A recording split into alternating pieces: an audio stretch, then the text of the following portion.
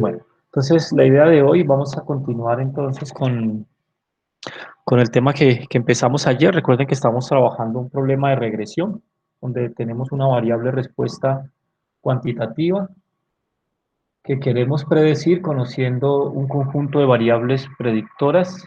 Estamos trabajando sobre este casito de estudio, que es el de las viviendas en Boston, ¿ok? Y que tiene como variable respuesta la mediana del valor de la vivienda de un conjunto de 506 vecindarios de la ciudad de Boston y tiene 13 variables predictoras. Ayer repasábamos un poco el significado de cada una de las variables. De esas variables, una de ellas es una variable dicotómica, es que es la vecindad con el río Charles, el río que atraviesa la ciudad. Cuando tiene vecindad con el río, pues entonces se asigna un valor de 1 y cuando no tiene vecindad, pues asignamos un valor de 0. Ayer empezamos a hacer algún ejercicio, entonces la dinámica de hoy va a ser, vamos a revisar estos datos, vamos a hacer como siempre un primer análisis exploratorio. Ayer empezamos a hacer un análisis exploratorio únicamente de la variable respuesta, un análisis univariado, y encontramos en la variable respuesta una inconsistencia respecto al reporte de viviendas o de vecindarios con valores muy altos de la vivienda. Parece ser que se ha tomado como criterio para incluir esas viviendas donde no se tenía valor y era muy alto, colocar el valor de 50, y eso es un inconveniente para los modelos de regresión, ¿no? Eso en estadística nosotros lo llamamos una variable censurada, una variable cuyo valor puede ser mayor, pero por alguna razón nosotros tenemos un valor de referencia tope, 50, y ese 50 realmente lo que representa es que desde 50 para arriba, no que sea es efectivamente 50. Entonces, para evitarnos ciertos inconvenientes, la hemos eliminado. Hay algún documento también que respalda esa decisión. Revisando la historia sobre esa base de datos, encontramos que justamente el autor, quien escribió un artículo sobre esa base de datos, en su procesamiento también lo elimina porque era un problema de una variable censurada por encima. Entonces, la hemos eliminado y vamos entonces ahora a proseguir con hacer análisis. En primera parte vamos a hacer un análisis bivariado y multivariada, una visión multivariada. Recuerden que la intención de hacer esos primeros análisis, como siempre, es la de identificar posibles inconvenientes que nos podemos encontrar por los datos o posibles patrones que puedan generar algún inconveniente o incluso alguna posibilidad de aprovechamiento para mejorar la predicción de la variable respuesta Y. Habíamos ya ejecutado las líneas de código hasta más o menos hasta aquí, hasta la línea 51. Si quieren la pueden repetir, bueno, 61, justo después de eliminar los datos cuya mediana de la vivienda eran exactamente igual a 50. Entonces, recuerden que si cerraron el software, pues hoy tendrían nuevamente que ejecutar estas primeras líneas, ¿cierto? Para configurar el directorio de trabajo, para hacer la carga de los paquetes y la instalación y carga de los paquetes, volver a leer la hoja de datos si han cerrado el software de ayer a hoy, ¿sí? Podemos leer la hoja de datos. Esta parte pues ya lo hicimos ayer, esto no es necesario leerlo nuevamente, si quieren lo pueden hacer. La parte más importante estaba aquí, en la eliminación de los 50, los datos iguales a 50. Entonces, después de haber eliminado las medianas de vivienda, la variable respuesta con valor igual a 50, habíamos llegado aquí. Creo que aquí quedamos el día de ayer. Estoy presentándoles, ¿qué tal? Sí, sí estoy presentándoles. Perfecto. Entonces nos habíamos quitado este problemita de esta variable, de esta barrita por acá muy alta, justamente por el problema de que los registros de viviendas de precio muy alto, pues los habían truncado en 50 o censurado en 50 y ese es el valor que se había reportado. Ahora tenemos, digamos, una variable de respuesta un poquito más con una lógica, ¿cierto? De caer en su densidad cuando el valor es muy alto y con valores centrales del valor de la vivienda alrededor de 20, 21 unidades. Y eso está expresado en miles de, 100 miles de dólares, creo. Entonces, 21 unidades expresados en esa unidad. Realmente la unidad pues no es tan importante, sino al momento de hacer la interpretación. 21 unidades y con una alta variabilidad, ¿no? Viviendas muy muy económicas y viviendas pues bastante costosas. ¿Listo? El siguiente paso, por favor, si alguno no tiene alguna dificultad con el código, me lo va haciendo conocer, yo digamos cómo lo vamos resolviendo. Después de haber estudiado un poquito la variable respuesta, un poco rápido, entonces ahora vamos a estudiar todas las variables predictoras, también desde una lógica univariada, ¿cierto? Recordemos que ahí yo tengo una variable predictora que es cualitativa y todas las demás variables predictoras son cuantitativas. Por esa razón, para la representación gráfica yo los voy a dividir, ¿cierto? Recuerden que la forma más sencilla de hacerlo es a través del summary. No lo puse aquí, pero ustedes podrían colocar el summary de la hoja Boston, ¿cierto? Y con eso entonces tendrían una visión, creo que ayer lo revisamos un poco, de un resumen en 5 indicadores para las variables cuantitativas y un resumen como una tabla de frecuencias para la variable cualitativa. Ahora lo que quiero es representarlo gráficamente, donde estaba en el código inicial, y entonces lo que vamos a hacer aquí es, nuevamente, vamos a acudir a estas particiones de la ventana gráfica, en este caso son 13 variables, ¿cierto? 13 pues es un número primo, no tenemos una forma de encontrar una partición que nos dé exactamente 13, entonces voy a acudir a una partición de 15, una partición 3 por 5 para colocar todos los gráficos individuales de cada una de las variables predictivas. En este gráfico, pues creamos una ventana gráfico, partimos la ventana gráfico en una cuadrícula de 3 por 5, 3 líneas, 5 columnas que se van llenando por filas, recuerde, el MF Row es llenado por filas, ¿cierto? El primer gráfico, es decir, el de la esquina superior izquierda, vamos a graficar un diagrama de barras para la variable cualitativa, que es en este caso la vecindad al río Charles, ¿cierto? Ustedes recuerden, inicialmente para hacer estos bar plot es conveniente hacer una tabla, creamos una tabla, este es el table, 29 barrios que lindan con el río, 461 que no lindan con el río, no son vecinos al río, ¿sí? Lo convertimos en proporción para expresar eso en proporciones, son 94% de barrios, la gran mayoría que no tiene vecindad con el río, 5.9, 6% que sí tiene vecindad por el río, esto lo almaceno en un objeto tabla para guardar los porcentajes, ¿sí? Y posteriormente hago el gráfico Bossplot, ¿cierto? Un gráfico de tabla, recuerden que por acá tenemos,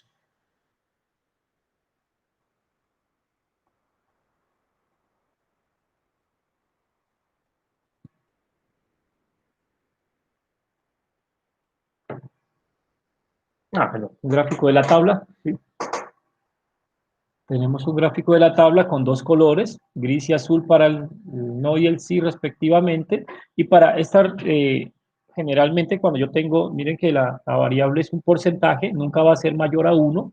Sin embargo, yo en el eje Y me permito cierta holgura, voy desde 0 a 1.1. Esto es simplemente porque cuando tenemos barras tan altas como este no, en 95%, cuando le queremos agregar el título, si hemos hecho el gráfico de 0 a 1, probablemente el título nos queda por fuera del rango del gráfico y entonces no se ve el valor que le vamos a colocar encima. Entonces yo siempre me tomo alguna holgura, a pesar de que la variable va hasta 1, me tomo alguna holgura hasta 1.1, hasta 1.2, para luego poder colocarle el rótulo encima y que ese rótulo se vea. Para colocar ese rótulo, entonces colocamos la función text, ¿sí? Tomamos las coordenadas, esto me dice en qué posiciones están las barras, van a estar las barras en el gráfico y esto me da la altura de las barras y entonces en ese punto les estoy colocando los valores de la tabla con dos unidades decimales y esta posición 3 quiere decir encima de la barra. 1 debajo, 2 a la izquierda, 3 encima, 4 a la derecha, ¿cierto? En el sentido de las manecillas del reloj, pero empezando en 1 por debajo. Cuando manejamos este post siempre puede ir de 1 hasta 4 y lo queremos por debajo de la barra, a la izquierda, arriba o a la derecha. ¿Listo? Entonces aquí lo que nos va a entregar el gráfico es una tablita de frecuencias y con esta función lapply, recuerden que lo que yo hago con esa función lapply es repetir una orden que incluyo en función, le he declarado aquí a este lapply una función y, que lo que hace es hacer un bossplot para cada una de las variables que le pase yo como Y dentro de la hoja Boston, ¿cierto? Y me le colocará entonces ese nombrecito en el eje Y, ¿cierto? El nombre de la variable. Entonces, esto es una forma muy resumida de hacer un Bootplot de todas las variables. Y acá, como ingreso de Y, candidata Y, ¿cierto? Le digo que tome todos los nombres de variables que están en Boston, ¿cierto? Y le estoy quitando la columna 4. La columna 4, recuerden que es la columna donde está el río Charles, la vecindad con el río Charles, que es cualitativa y no podría yo hacer un plot de ella. Y la columna 14, porque es nuestra variable respuesta, y en el paso anterior ya habíamos hecho la descripción de la variable respuesta, y aquí quiero hacer solamente predictor. Esto como para explicarles un poco el código, pues podemos ejecutarlo y vamos a encontrar pues, un resultado como este, ¿no? Ese sería entonces nuestro resultado. Tenemos aquí entonces cada una de las variables, la vecindad, el 94%. ¿Sí? Recuerden que si yo no hubiera fijado esto aquí en 1.1, este 94 hubiera quedado probablemente por fuera de la zona del gráfico, por eso fijé eso ahí en 1.1 como altura, ¿cierto? Tenemos, por ejemplo, que la gran mayoría de variables, mire la tasa de criminalidad, es bastante variable, bastante asimétrica, esto que el gráfico Bootplot no tenga cota inferior y que el percentil 25 y el percentil 50 estén juntos, lo que quiere decir es que tenemos más o menos un 25% de los vecindarios con una tasa de criminalidad que si bien no es cero, está muy cercana de cero, es decir, el 50%, perdón, porque la mediana está aquí ubicada. El 50% de esos vecindarios tienen una criminalidad muy baja y el otro 50% se dividen entre un 25% de criminalidad moderada y otros que tienen criminalidad mucho más alta, hasta estos puntos atípicos que tienen las tasas demasiado altas, ¿cierto? Esto era voy a tener por aquí mi chancuco de variables porque siempre me cuesta recordar de qué se trata.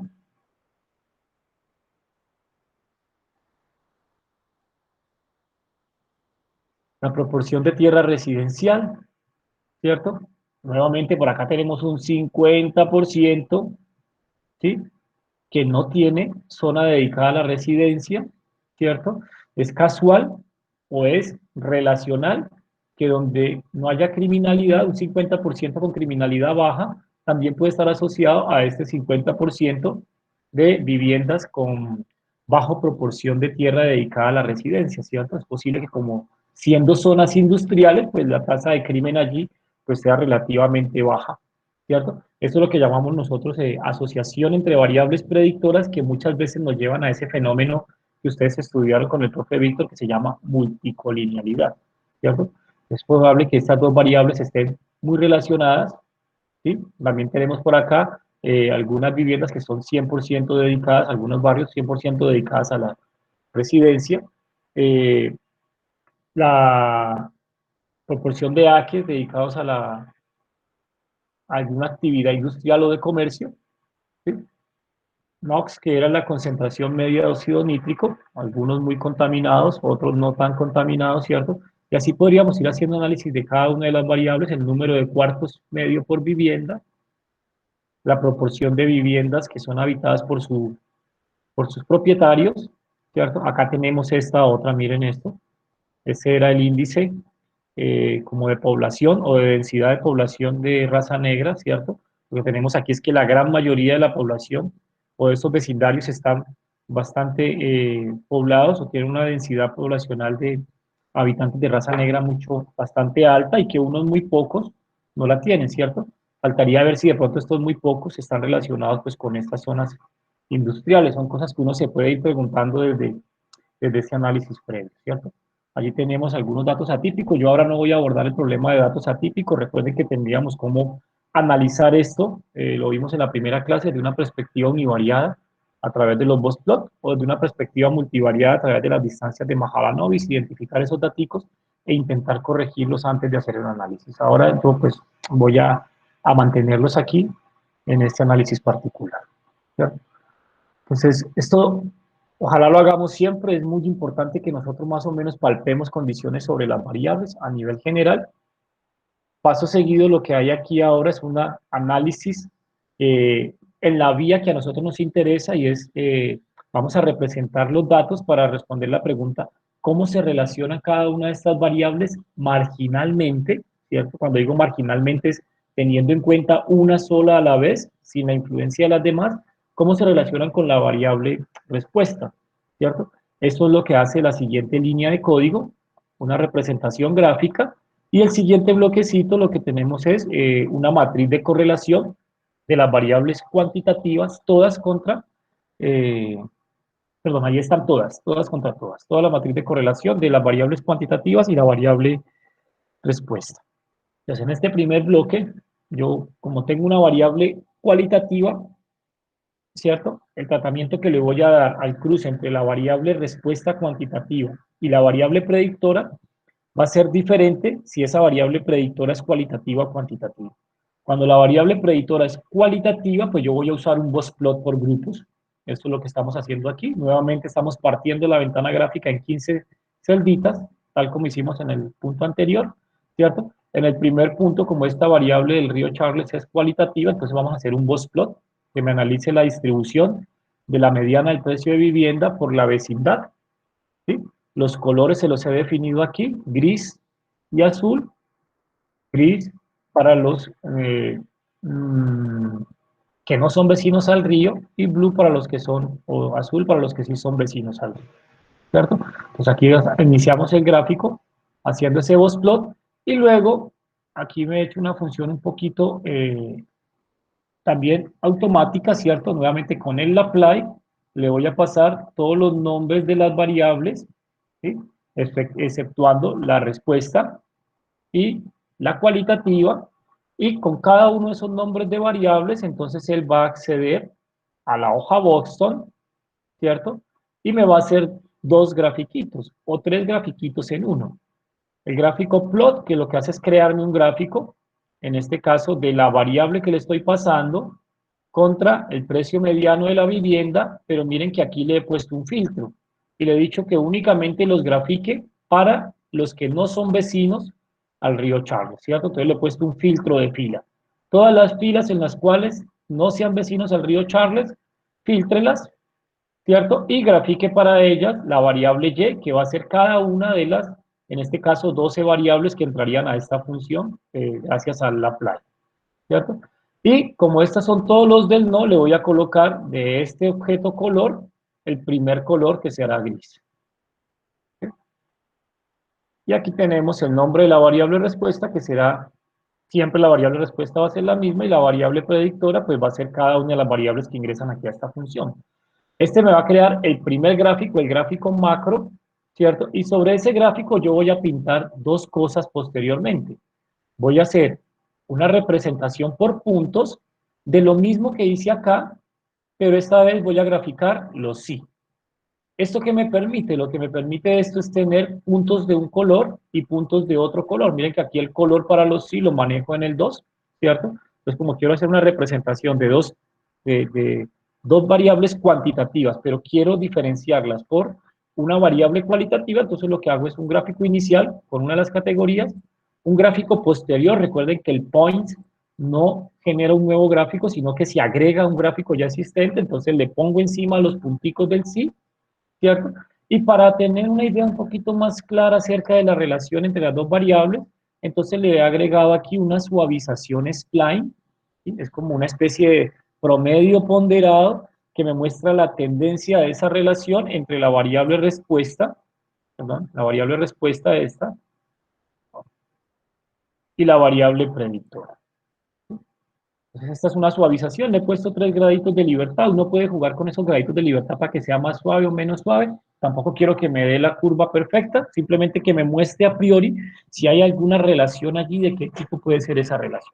Esto es lo que va a hacer entonces este gráfico, ya no lo podemos imaginar, un boss plot y muchos gráficos de dispersión pintados de diferentes colores y con una suavización para la relación. Este entonces será nuestro resultado y aquí empezamos a observar algunas otras cosas, ¿sí? Por ejemplo, parece que si hay una diferencia en el precio mediano de las viviendas cuando son vecinos al río. Parece que es ligeramente mayor el precio de la vivienda cuando se son cercanos al río, y este en cambio parece ser a nivel mediano un poco más bajo, ¿cierto? Faltaría ver si esa diferencia es tan significativa que esta variable pueda actuar como un predictor contundente, ¿cierto? En muchos casos hay cosas que vemos aquí como diferencias, pero luego el modelo nos dice que si bien existe una diferencia, esa diferencia no es tan significativa, ¿cierto? La relación contra la tasa de crimen, entonces la mayoría de estas viviendas, como lo veíamos allá, más o menos el 50% se acumula por aquí, ¿sí? Y hay de todas las de precios de vivienda, ¿cierto? El precio de vivienda medio está por aquí, más alto, es el precio más alto, cuando la tasa de crimen es cero, ¿cierto? Este es el precio medio, pero tiene bastante varianza, mire. Y luego el precio de vivienda sí que va disminuyendo, ¿sí? Los invito a que no le crean tanto a esta curva spline porque ella puede estar sobreajustada. Recuerden que esto es una curvita allí que construí con 1 grado de libertad, podría estar sobreajustada. Miremos la tendencia, por favor, no tanto la oscilación, porque esto es un polinomio de orden mayor y tienden a sobreajustarse en muchos casos.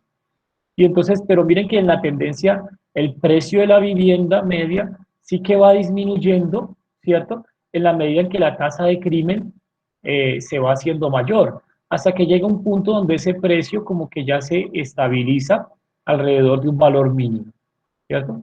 Sí, son pocas los vecindarios que tienen estas altas tasas de criminalidad y para ellos todos coinciden en tener un precio medio alrededor de 10 por aquí, por esta línea, ¿cierto?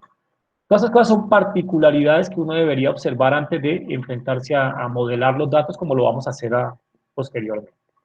En cuanto a la ocupación de vivienda residencial, ¿cierto?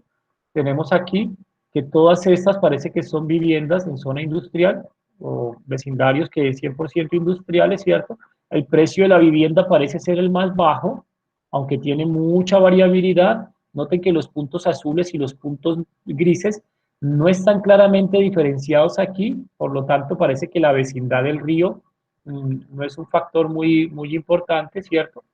Para hacer esta discriminación. Noten también que la mayoría de puntos azules, ¿sí?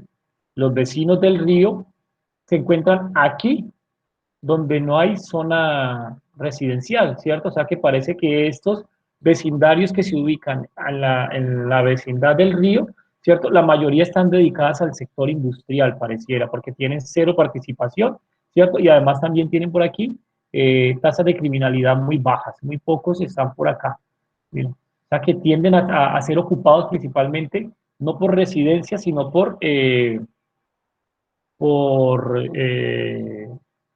sino por industria, ¿cierto? Aquí tenemos, perdón, sí, cero residencia, o sea, industria. Lo podemos ver aquí también, está la participación de los industrias y los comercios en la ribera del río, eso serían viviendas residenciales, casi no hay viviendas residenciales, en la ribera del río esos azulitos se ubican generalmente en vecindarios donde tienen alta participación industrial y nuevamente miren que la participación industrial disminuye entonces muy de la mano como sucedía acá, ¿cierto? Recuerden que estas variables parecen ser inversas. Esta es la participación residencial, ¿cierto? Y esto es participación de industria y comercio. Entonces, claro, cuando la participación residencial aumenta, el precio de la vivienda parece que crece. Cuando la participación industrial aumenta, lo que sucede es que el precio de la vivienda se reduce.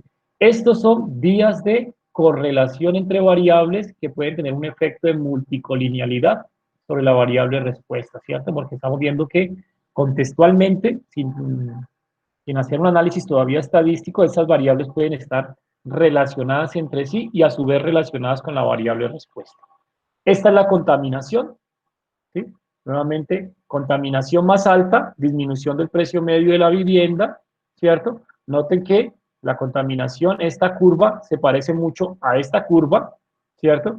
Y es porque esto es industria, y esto es contaminación. Probablemente también la contaminación está asociada con la industria de forma positiva y probablemente de forma negativa con la participación residencial. O sea, vamos aquí como previendo de que probablemente podemos tener algunos problemas de multicolinealidad entre el conjunto de variables predictoras. El número de cuartos afecta positivamente, miren, a medida que tengamos más cuartos en promedio, los vecindarios, entonces el precio de la vivienda se aumenta. El precio de la vivienda disminuye ligeramente cuando está ocupada solo por propietarios, ¿cierto? Cuando está ocupada por un poco menos de propietarios, en mayor proporción por no propietarios, que quiere decir casi que la vivienda es de alquiler en ese vecindario, entonces el precio es ligeramente más alto, ¿cierto? Cobra sentido, ¿cierto? Porque aquí, digamos que el barrio tiene como una inclinación a alquilar sus viviendas y entonces eso hace que tanto el precio del arrendamiento como el precio de las viviendas como tal también se incremente. La distancia a los centros comerciales, ¿sí? Juega como importante para los centros de empleo, como papel importante para el precio de la mediana de la vivienda. Miren, tenemos aquí que cuando la distancia es más baja, el precio es más bajo y en la medida que la distancia es mayor, o sea, alejándose de los centros de empleo, el precio se va incrementando y posteriormente se estabiliza. ¿Sí? Bueno, todas estas cosas es importante que nosotros las tengamos como presentes antes de empezar a modelar a ciegas un conjunto de variables, ¿cierto?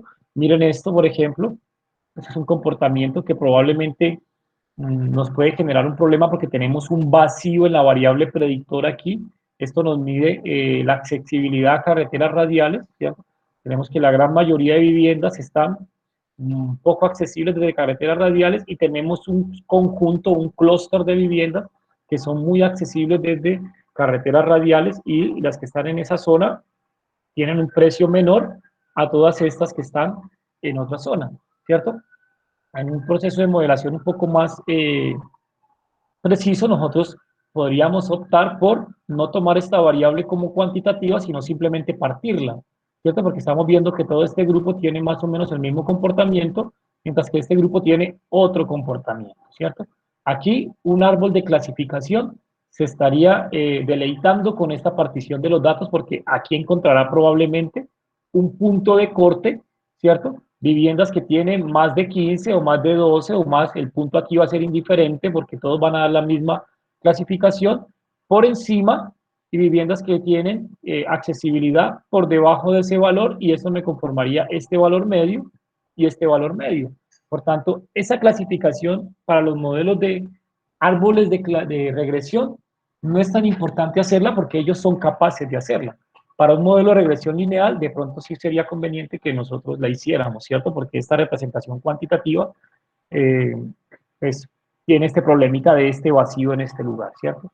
Un problema similar, pero aquí sí la tendencia es más clara para los impuestos, ¿sí? También decrece el precio de la vivienda cuando tenemos demasiado índice profesor-estudiante, ¿cierto? Demasiados estudiantes por profesor, el precio de la vivienda disminuye, ¿sí? Menos estudiantes por profesor, el precio de la vivienda es mayor, la proporción de densidad de población negra en la comunidad hace que el precio de la vivienda se incremente, ¿sí? Es un precio más alto cuando esa proporción o con ese índice, porque no es una proporción, se incrementa. Y este que es el porcentaje de individuos que viven en estrato bajo, en la medida en que ese porcentaje se incrementa, pues el precio de la vivienda es más bajo, ¿cierto?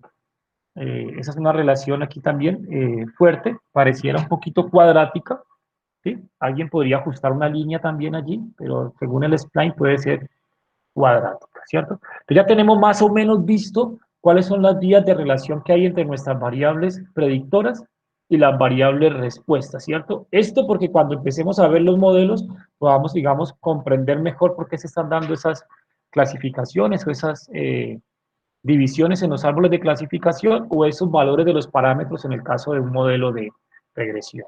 Yo voy a guardar esto por aquí. Profe, ¿Sí? una pregunta ahí sobre el código. Cuando Sí. usted va a generar la gráfica, yo veo que usted coloca como dos veces la orden, o sea, hace plot de Boston C contra la Y, que es la función, y después de nuevo Boston C contra MEDB. ¿Por qué las dos a la vez? ¿Por qué esas dos órdenes? Esta, dices aquí, te estoy señalando, esta, Ajá. 93, y esta.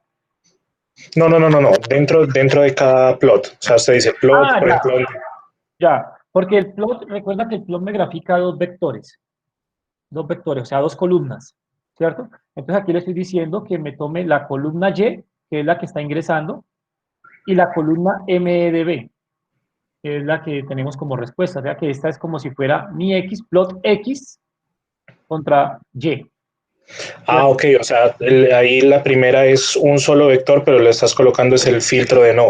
Y el Exacto, otro, es un solo ah, ok, vector. Es este ya, vector ya Y entendí. con un filtro de no. Y ese es el vector MDV con el Con el filtro de no. filtro de no. Listo, Ujú. listo, ya entendí, Y gracias. acá hago el complemento con sí y con sí para diferenciar los colores de los puntos. Solo, Ujú, ¿listo? ok, Mm, listo.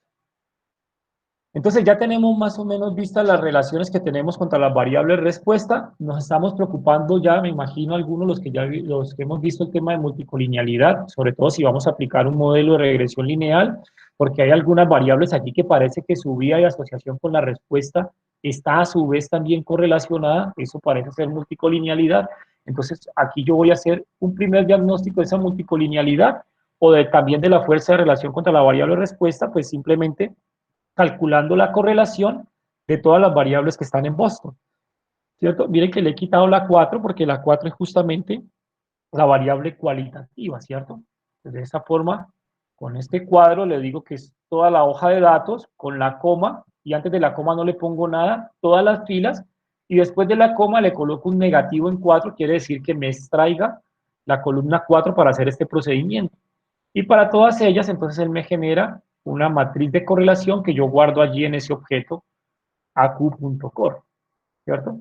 Entonces ese objetico es grandecito, es una matriz, en este caso 13 por 13 debe ser, y aquí tengo todas esas correlaciones, ¿cierto? En una matriz 13 por 13, la diagonal siempre va a ser 1 y por acá entonces las correlaciones negativas cuando la asociación es inversa, positiva cuando la asociación es positiva, pero entonces yo ponerme ahora a observar esto es un poco difícil, ¿cierto? Teniendo tantas vías de 13 por 13 eh, vías de análisis, pues mejor lo llevo a un grafiquito, que es lo que hace esta función core plot dentro de este paquete, es la razón por la cual está ese paquete allá, solo para traernos este gráfico, no hace nada más, ¿cierto? O sea, ese paquete al cual le vamos a graficar justo esa matriz de correlación y le voy a colocar unas elipses, ¿cierto? Esas elipses serán más angostas e inclinadas cuando la relación sea más fuerte.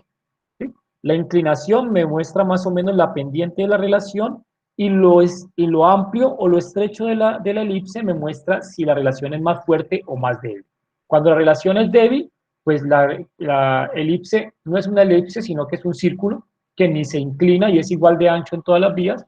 Cuando está asociado positivamente fuerte es delgada e inclinada, ¿cierto? Y inclinada positivamente, y cuando la relación es negativa fuerte, será inclinada delgada, pero su inclinación será negativa, ¿cierto? Entonces este grafiquito lo único que tiene como intención es representarnos esas correlaciones todas en un mismo panel, ¿cierto? Aquí está, ¿cierto? No tengamos en cuenta este 1, que siempre nos va a dar 1 porque es la variable contra ella misma, ¿cierto? Aquí tenemos una escala, entre más rojo, mayor correlación, entre más azul, perdón, entre más rojo, correlación negativa, por acá en estos colores muy tenues no hay correlación, y entre más azul, correlación positiva. Entonces noten que todas las elipses azules están inclinadas positivamente, y en la medida en que van teniendo mayor coeficiente de correlación, ¿cierto? La amplitud o el grosor de esas elipses se hace más, más delgado, ¿cierto? Entonces aquí tenemos una variable bastante asociada. Voy a empezar a mirar inicialmente esta, que es nuestra variable respuesta, ¿cierto? Y empezar a mirar su nivel de asociación con los predictores. Esto me da una idea de marginalmente cuál de esas variables predictoras es potencialmente explicativa para el precio de la vivienda, ¿cierto? Entonces empezamos por los más altos. En sentido positivo, por ejemplo, estaría, este es el predictor más alto, el número de cuartos, ¿sí? Parece que es el predictor más alto para el precio de la vivienda, ¿sí? Tiene una correlación casi del 70% con el precio mediano de la vivienda y es de la forma positiva, es decir, entre más cuartos tengan las viviendas, el precio de la vivienda tiende a ser más alto. Posteriormente hay correlaciones medianas por acá, ¿sí? Quizás esta pueda ser aprovechable en un modelo de regresión que tenía que ver con la participación de la zona residencial dentro del barrio, ¿cierto? Y es positiva. Quiere decir que entre más residencial sea el barrio, parece que mayor es el precio. ¿Sí? Y luego miramos las negativas. Esta es la negativa más fuerte, menos 0,76. Lo habíamos visto ya en el gráfico de correlación. Esto quiere decir que entre mayor proporción de individuos de estrato bajo se encuentren en el barrio, el precio de la vivienda es menor. O sea que este parece ser también un predictor de forma negativa para el precio de la vivienda. El pago de impuestos también es un predictor negativo. Cuando se paga mucho impuesto en ese sector, ¿cierto? El precio de la vivienda parece que decae, ¿sí? También son predictores negativos en orden la participación de la industria. Cuando hay más participación de la industria se decae un poco la mediana de la vivienda, el precio de la vivienda, muy en consecuencia con lo que veíamos por acá. Cuando se aumenta la proporción residencial, se incrementa el precio de la vivienda, entonces aquí tenemos probablemente un efecto conjunto de estas dos. Esto lo recoge muy bien una componente principal, ¿cierto? Si hacemos componentes principales, probablemente estas variables se recojan en una componente principal y sea mejor una predicción por componentes principales, por la multicolinealidad. Y así sucesivamente podríamos ir mirando las relaciones de cada una de las variables predictoras con la variable respuesta. Y luego, capítulo aparte, podríamos mirar la relación, esta parte diagonal que no incluye la respuesta, entre variables predictoras. ¿Por qué digo capítulo aparte? Porque podemos estar muy preocupados por el fenómeno de multicolinealidad cuando vamos a ajustar un modelo de regresión lineal, ¿cierto? Los otros modelos pues todavía no se han preocupado teóricamente por la multicolinealidad.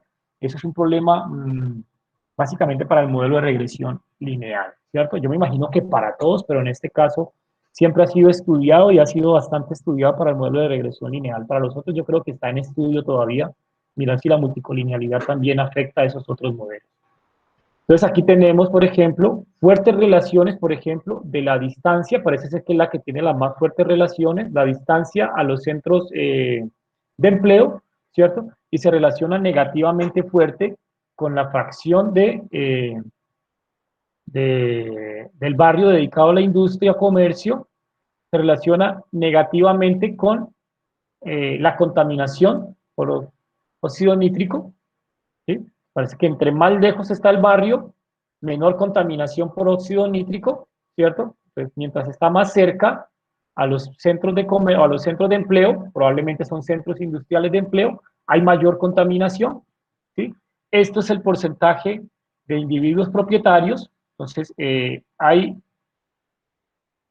mientras la distancia es menor, hay mayor participación de individuos propietarios, es decir, cerca a los centros de comercio o centros de empleo, perdón, hay mayor participación de individuos propietarios o barrios contienen mayor participación de propietarios y en la medida en que la distancia se hace más grande, pues los propietarios pues ya no tienden a no vivir en sus propias viviendas, sino que probablemente ya ahora son viviendas de alquiler, ¿cierto?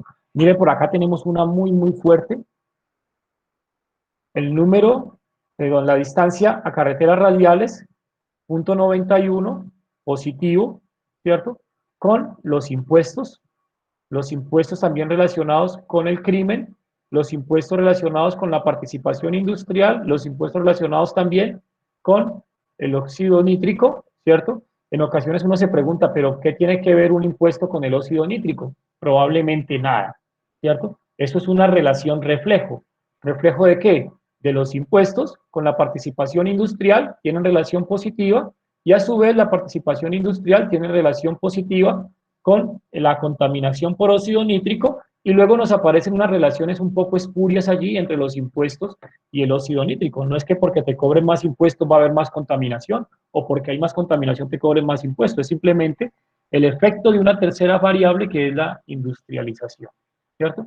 Entonces, todo esto, miren que hay muchas fuertes relaciones aquí, ¿sí? Eh, entre estas variables predictoras, y esto es justamente lo que nosotros o lo que ustedes estudiaron en el modelo de regresión lineal con el nombre de la patología de multicolinealidad. Recuerden ustedes que cuando yo tengo una variable respuesta y le meto todas estas variables predictoras y estas variables tienen algún tipo de asociación natural, una colinealidad, lo más probable es que yo empiece a encontrar un modelo de regresión que tiene muy buen poder de pronóstico, pero cuando voy a mirar la significancia individual de las variables, me dice que ninguna variable es significativa y entonces eso le parece una contradicción, como que el modelo explica muy bien, pero luego ninguna variable es tan significativa, ¿cierto? Eso se debe a que cuando hay multicolinealidad, la varianza de esos efectos es tan alta que ninguna variable puede ser significativa. Entonces ya nos está llamando esto la atención, sobre todo si vamos a utilizar un modelo estadístico, de que probablemente ese modelo, si le pasamos todas las variables, es muy probable que vaya a tener multicolinealidad. Tendremos que tomar alguna precaución para la multicolinealidad. ¿Listo? Entonces, como ahora estoy preocupado por esa multicolinealidad, entonces esa multicolinealidad yo también la puedo previsualizar a través de un análisis multivariado, ¿cierto? Por ejemplo, a través de un PCA. Cuando yo encuentro componentes principales que son dominadas por las variables predictoras, ¿cierto? Que se asocian mucho las variables predictoras en esas componentes principales, me está diciendo que hay una estructura de asociación que agrupa variables y que probablemente esas variables eh, me puedan generar subgrupos de efectos de multicolinealidad sobre el modelo, ¿cierto? Por esa razón ahora entonces voy a pasarme a una visualización multivariada, ¿cierto? Y para ello me voy a apoyar en componentes principales. Voy a construir un modelo PCA, ¿cierto? Con la función PCA del paquete FactoMineR, ¿cierto? Sobre la hoja de datos Boston, ¿sí? Voy a escoger 5 componentes principales, podrían ser máximo 7, perdón, podrían ser máximo 12, perdón, 13, perdón, que son las variables cuantitativas, porque tenemos una variable cualitativa, ¿cierto? Y justamente la variable cualitativa que no puedo yo poner en un PCA como una variable más en el componentes principales, la coloco como una variable suplementaria. Es decir, una variable que no participa del PCA, pero que luego yo puedo proyectarla para tener su ubicación media en el plano de las componentes principales y puedo pintar de colores los individuos en el plano de las componentes principales de acuerdo a los grupos que conforma esta variable suplementaria, ¿cierto? Por esta razón la he puesto aquí como la variable 4 del objeto Boston, será entonces la característica cualitativa suplementaria. Voy a hacer 5 componentes principales, podrían ser más, ¿cierto? Yo ya hice el ejercicio con más, 5 es suficiente, y luego miramos la bondad, ¿cierto? De hecho, aquí en este problema con 3 recogemos el 80% de la variabilidad, que creo que es un nivel importante, ¿sí? Y ahora entonces yo voy a dedicarme a hacer la representación gráfica en adelante de los individuos en los planos, ¿sí? Entonces voy a esta primera gráfica solo me representa a los individuos, tarda un poquito en realizarse, aquí está, en la primera dimensión. 52% de variabilidad recoge la primera dimensión, 10% de variabilidad recoge la segunda dimensión, ¿cierto? Y miren que se me forman dos grupos. Aquí inclinaditos hay un grupo que está casi que dominado, bueno, están confundidas aquí las viviendas azules y las viviendas rojitas, que son las que no lindan con el río, las rojas, y las azules, las que sí lindan con el río, ¿cierto? Y por acá como que se me forma otro grupo. En esta representación de solo individuos, yo solamente puedo ver, ¿cierto? Que no hay mucha diferencia, mire la elipse asociada al sí y la elipse asociada al no, casi que una contiene a la otra, no hay una marcada diferencia entre estas dos poblaciones, las que lindan y las que no lindan el río, ¿cierto? Pero no puedo ver por qué razón se me forman estas agrupaciones, estas dos agrupaciones. Y por ejemplo, estos individuos que se salen en este vídeo son todos vecindarios, ¿cierto? ¿Por qué se están saliendo? ¿Cuál es la razón por la cual ellos aparecen allí y estos por qué aparecen, ¿cierto? Entonces, en estas representaciones es muy adecuado además agregarles, por ejemplo, la representación simultánea de las variables, ¿cierto? En lo que llamamos el gráfico bitplot. Este primer gráfico fue solo de individuo, muy bonito y todo, me permite ver ciertas cosas, pero mucho más informativo si le agrego las variables en esa representación. Esos son los códigos que están a continuación, ¿cierto? Simplemente aquí voy a graficar el plano 1 contra el 2, 1 contra 3, 2 contra 3. ¿Es? Las tres primeras componentes principales las voy a graficar para ver la estructura de asociación entre variables. Aquí viene la primera en el plano 1, 2, es decir, la misma que hicimos anteriormente, pero esta vez con las variables. Está demorando un poco.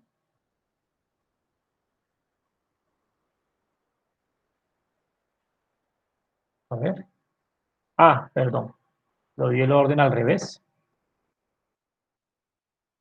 Ahora sí. Ahora sí es el mismo gráfico que teníamos antes, ¿cierto? Pero este gráfico sí que me ayuda a conocer por qué se están generando estas divisiones, ¿cierto? Si ustedes lo notan, esta agrupación de individuos que está aquí, que son muchos, ¿cierto?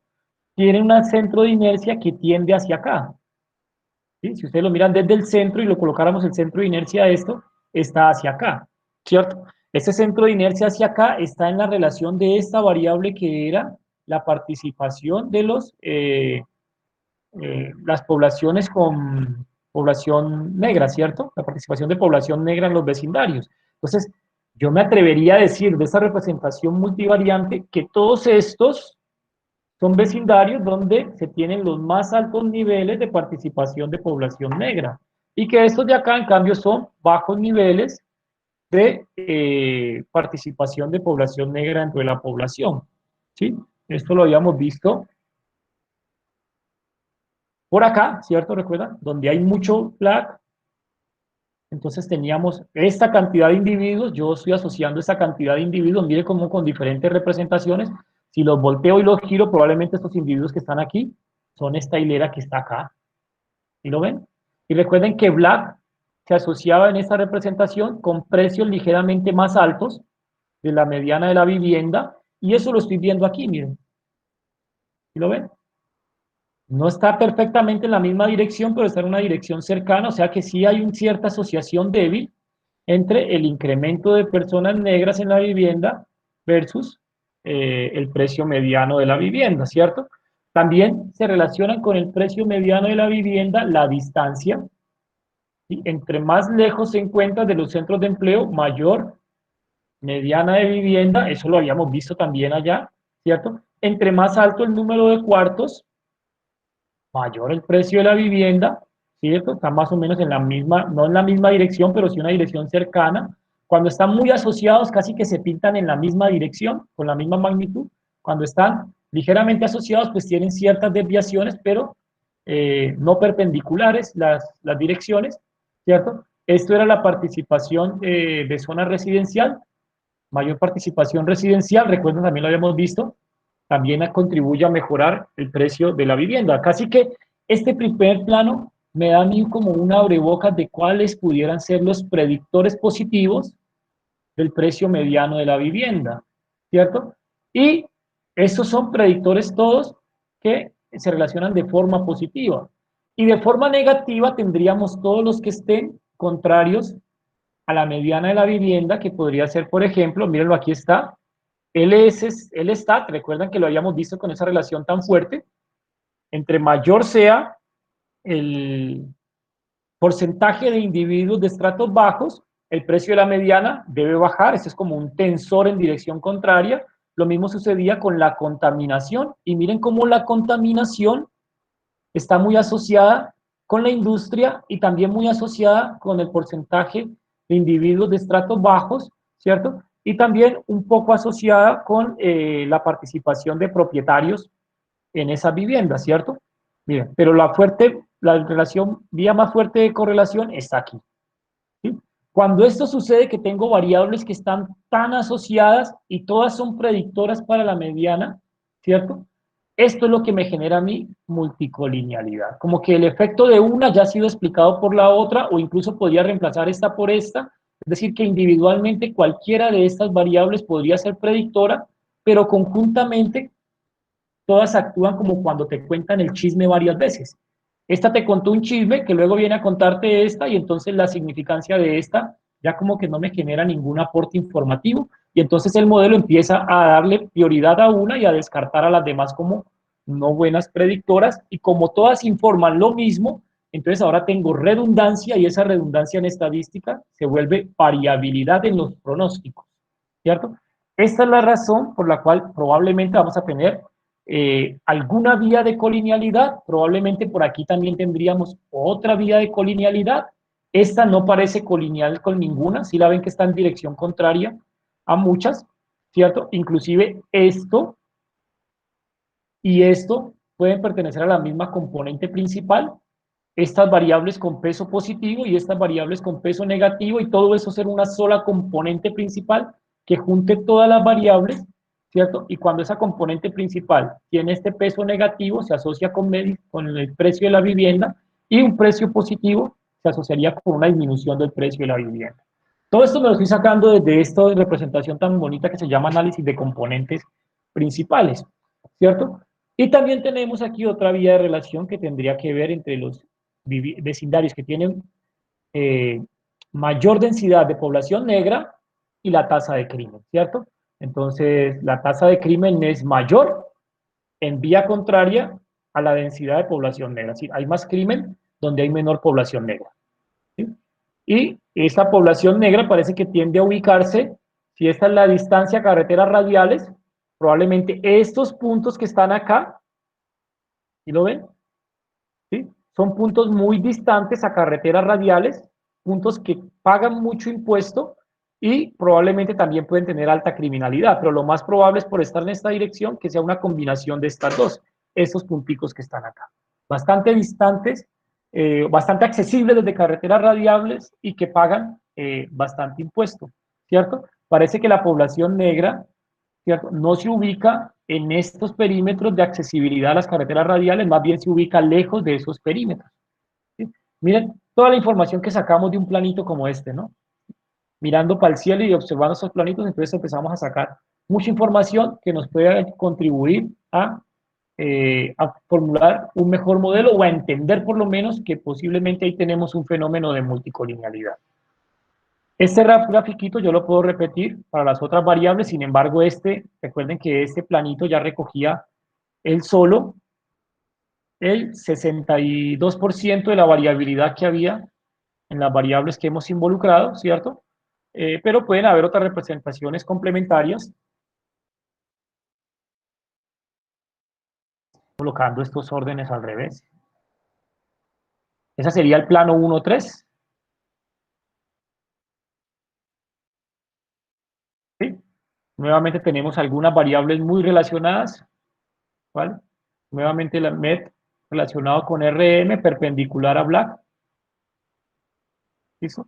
Este ya no me informa tanto como el anterior, este no lo veo tan claro.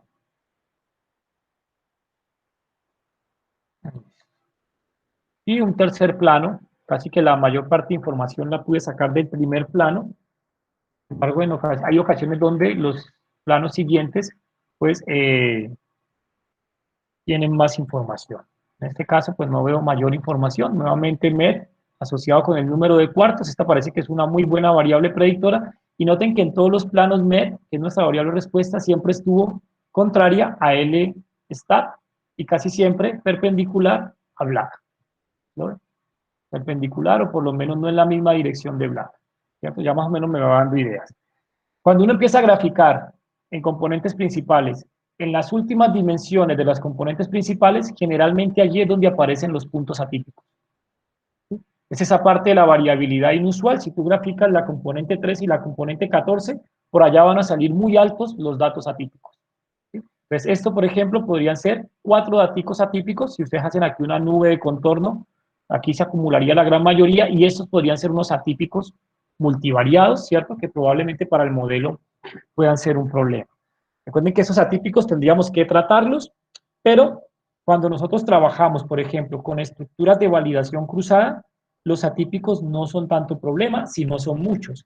¿Por qué no son tantos problemas? Porque recuerden que la validación cruzada trabaja bajo estos selección aleatorias, ¿cierto? Y es probable que en un modelito de estos el participe, en otro modelito no esté el dato atípico, entonces la influencia del dato atípico no es tan fuerte bajo validación cruzada, como lo es cuando hago un ajuste de un modelo única vez. Si lo hago una sola vez, ahí está el datico atípico y me puede estar generando problemas. Cuando hago validación cruzada, unas veces estará, otras veces no, y entonces ahí se va compensando el efecto que pueda tener estos daticos atípicos. Estos, por ejemplo, serían 4 daticos que habrían que observar con un poquito más de detenimiento, a ver si conviene mantenerlos o no. Entonces, mire lo bonito que es hacer una representación gráfica de nuestras variables, ¿cierto? En diferentes representaciones. Yo siempre recomiendo este esquema, un esquema univariado para la variable respuesta, luego univariado para las variables predictoras, luego bivariado, variables predictoras versus la respuesta, Después, bivariado entre las variables predictoras y finalmente llegar a una visualización multivariante para empezar a dibujar posibles relaciones para nuestros modelos. Perfecto. ¿Preguntas hasta allí? Con esto termino la primera partecita de visualización de datos para regresión.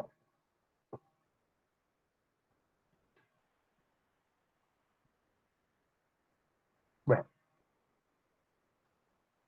si no hay preguntas, entonces ahora sí vamos a pasar a modelar los datos, ¿sí? Modelar nuestro problema de regresión. Yo voy a trabajar varios modelitos, nuevamente en la misma dinámica que hemos venido haciendo. Les voy a explicar primero el modelo, luego vamos a hacer el ajuste, luego les explico el otro modelo, el ajuste, y nos vamos a ir yendo así hasta finalizar con todos los modelos y luego al final hacer una comparación. Esa comparación yo la voy a hacer bajo un esquema de validación hold out. ¿Sí? ¿Recuerdan hold out qué quiere decir? Que yo con unos primeros datos hago todo el entrenamiento y la evaluación del modelo y me reservo una segunda parte del modelo, de los datos, perdón, para al final hacer una comparación de los modelos con datos ajenos a la construcción. De esta manera puedo evaluar su poder predictivo, el poder predictivo de los modelos, ¿cierto?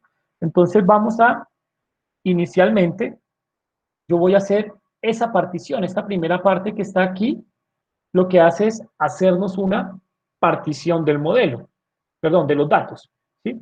Entonces, si lo notan, les voy a explicar aquí los códigos.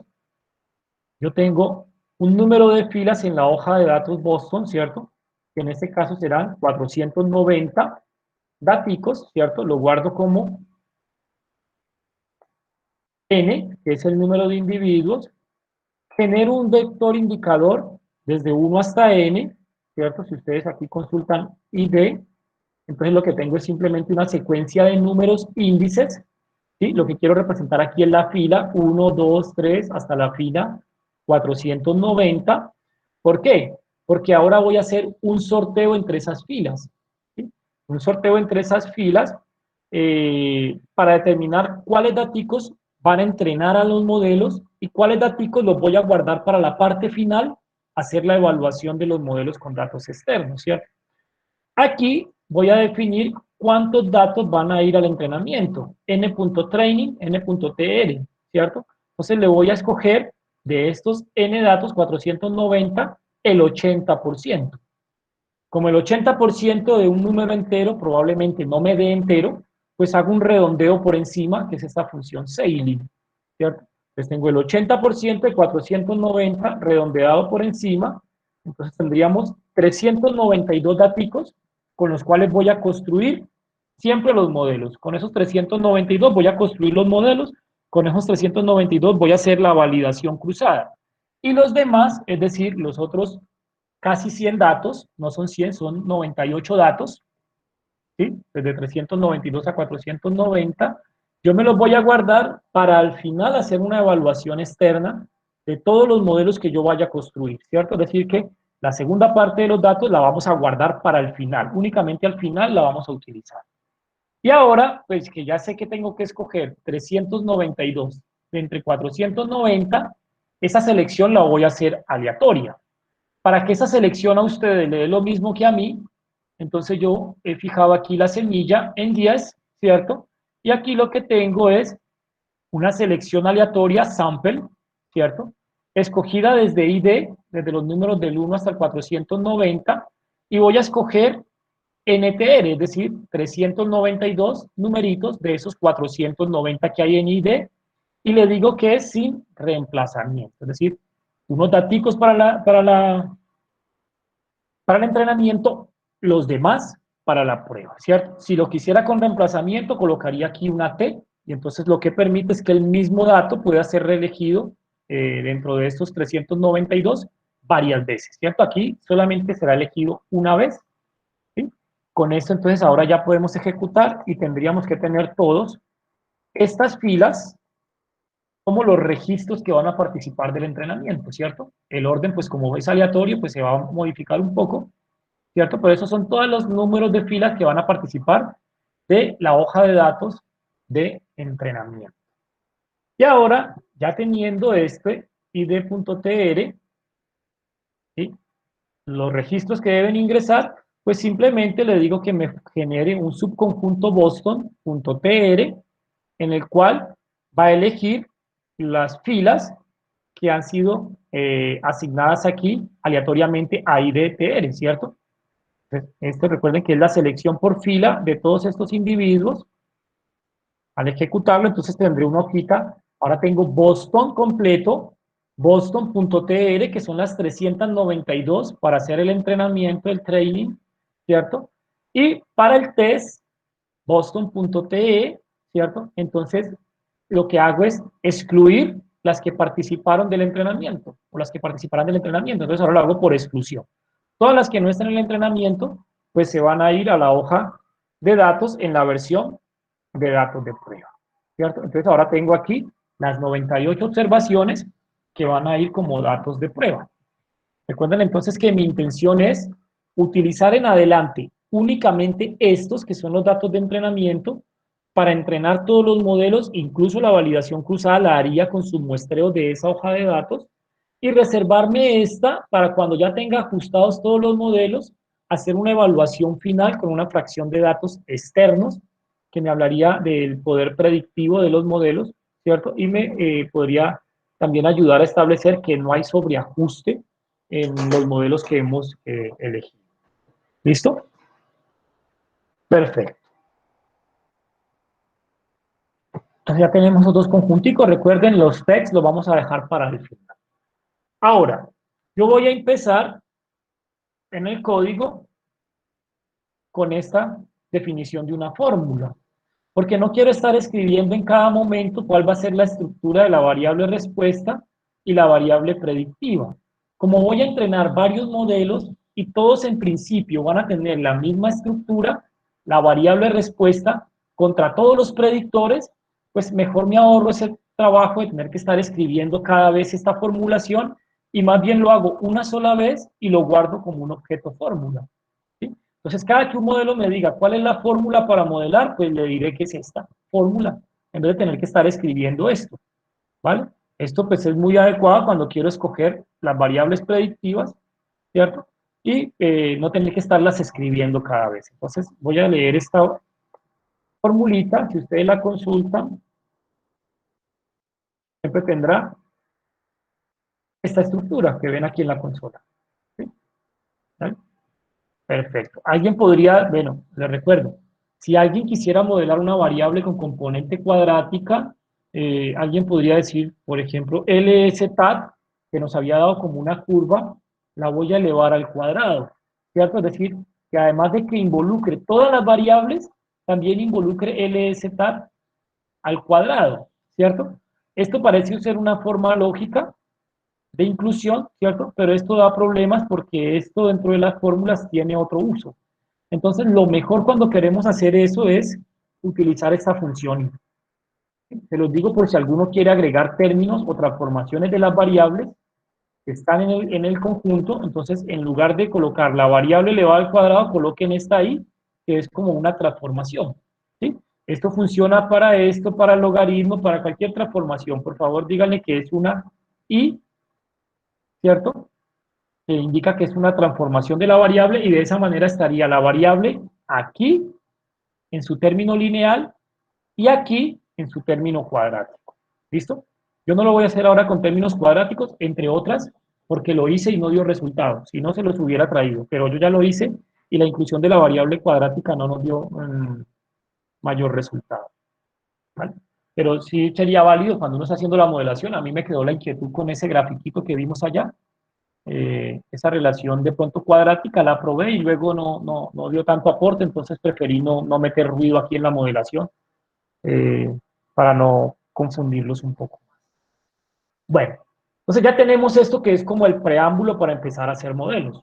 Ahora voy a empezar a construir modelos. Yo creo que alcanzamos a ver un primer modelito antes del descanso. ¿Sí?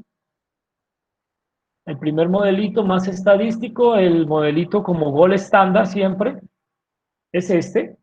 El modelo de regresión lineal, recuerden que ese modelo puede ser simple o múltiple, simple cuando solo le presento una variable predictora, múltiple cuando pensamos que pueden ser muchas variables predictoras, ¿sí? Eh, si tú tienes la posibilidad de tener un buen pronóstico con un modelo simple, mucho mejor que tener un buen pronóstico con un modelo múltiple, ¿no? Aquí aplicamos el principio de menor complejidad eh, para, para escoger los modelos, ¿no? Si la capacidad de pronóstico es la misma o similar, siempre intentaremos escoger el modelo de menor complejidad o de menor número de componentes. En ocasiones, pues, conviene más agregarle más variables para mejorar el poder predictivo porque una sola no tiene toda la información de la respuesta. Entonces, el modelo de regresión lineal múltiple, que es el que yo voy a trabajar aquí, utiliza los datos de X y de Y para encontrar un hiperplano. Es este hiperplano que está aquí. ¿Sí? Una ecuación como una especie de línea recta, pero ya no en dos dimensiones, sino en una dimensión de orden mayor. Y ese hiperplano debe recoger la tendencia que tienen estos daticos. ¿Sí? Ese hiperplano tiene esta estructura matemática, un intercepto, ¿cierto? Que es el punto de aquí. Cuando todas las variables son cero, la respuesta, ¿cuánto vale? Este es beta cero, el intercepto. Y los betas, que son los parámetros de, el modelo de regresión, son estimables con los datos. ¿Sí? Sí, no son hiperparámetros, ¿no? Son parámetros, es decir, que los datos mismos nos van a decir cuáles son los valores, mejores valores para esos beta, y lo hace simplemente bajo un procedimiento que llamamos mínimos cuadrados del error, o estimadores mínimos cuadráticos, ¿cierto? ¿Qué es lo que hace? Encontrar ese plano que se mete por aquí por dentro de la nube de puntos y que hace mínimo la distancia de los puntos al plano, y la distancia la evaluamos en términos cuadráticos, ¿cierto? De aquí a aquí al cuadrado, de aquí a aquí al cuadrado, y luego sumamos todas esas distancias, y aquí el modelo que hace mínimo todas esas distancias será nuestro mejor modelo, es decir, nuestros mejores betas para ese modelo. Este beta, como les dije, se interpreta como el intercepto. ¿Cuánto vale la variable respuesta? En este caso, ¿cuánto es el precio de la vivienda cuando todas las variables predictoras son cero? En nuestro caso, cero es que el río pase por el barrio, ¿cierto? Cero es que tengamos cero proporción de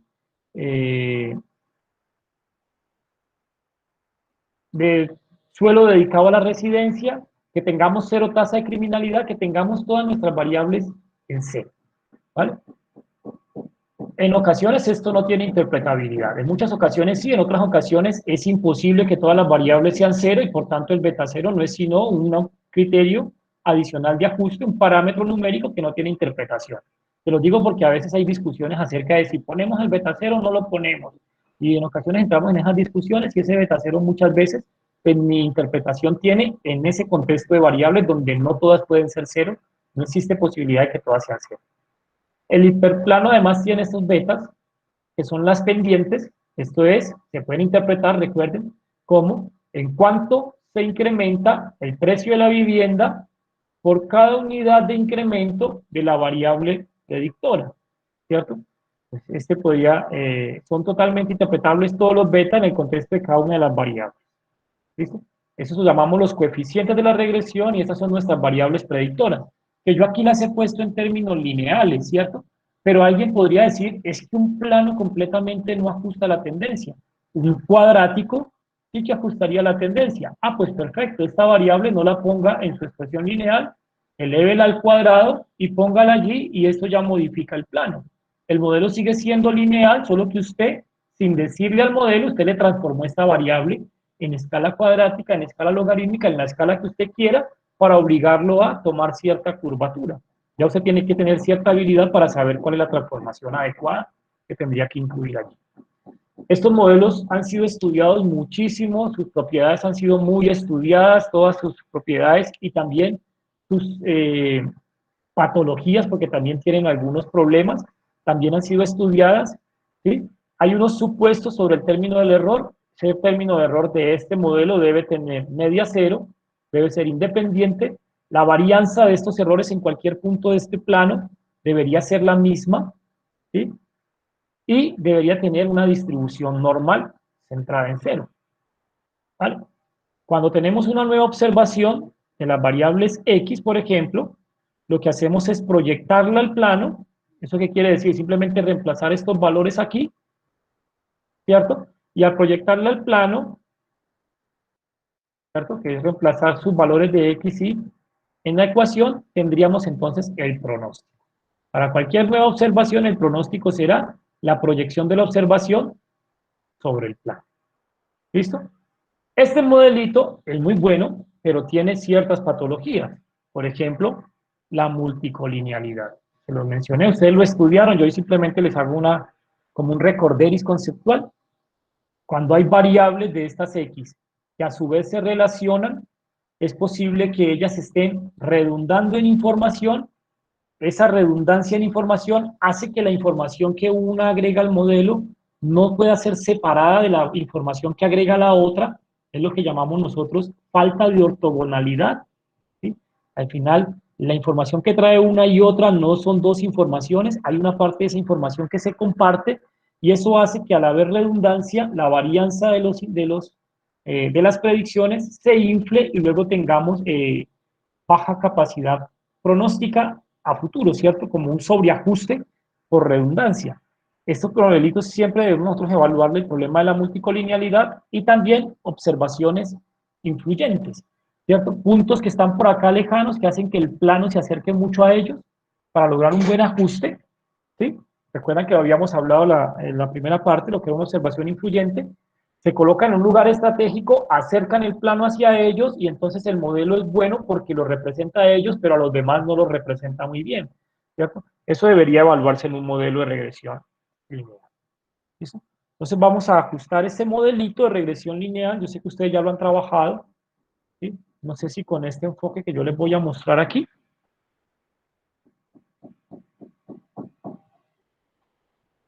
Bueno, nos quedan 5 minutos y esta partecita es un poquito larga.